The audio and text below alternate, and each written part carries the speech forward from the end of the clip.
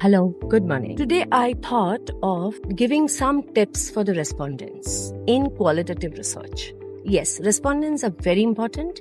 Without the respondents, obviously, where do we get the insights from? Who do we talk to understand the trends? I'm very sure we have very many respondents coming in, and many of you from LinkedIn would also be respondents for various studies, whether quantitative or qualitative. I too get a lot of offers to be a respondent, but of course I don't, because I'm not supposed to, being a researcher myself. Tip number 1 for respondents.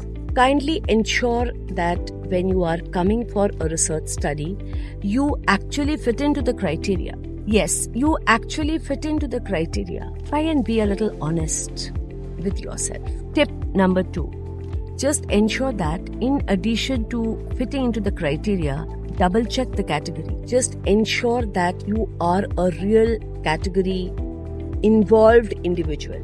The category involvement has to be really utmost. What I mean by this is, if you say that you have a vehicle and a Mercedes, you really need to have a Mercedes.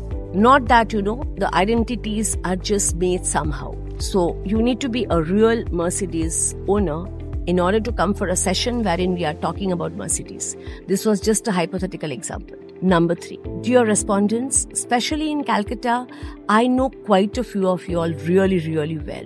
I had been to your houses, I had met your families, and I know you since years. I would love to have you over and over again with the right category involvement, not just by going through it, not just by Googling it or searching on ChatGPT or somewhere, but actually using the product.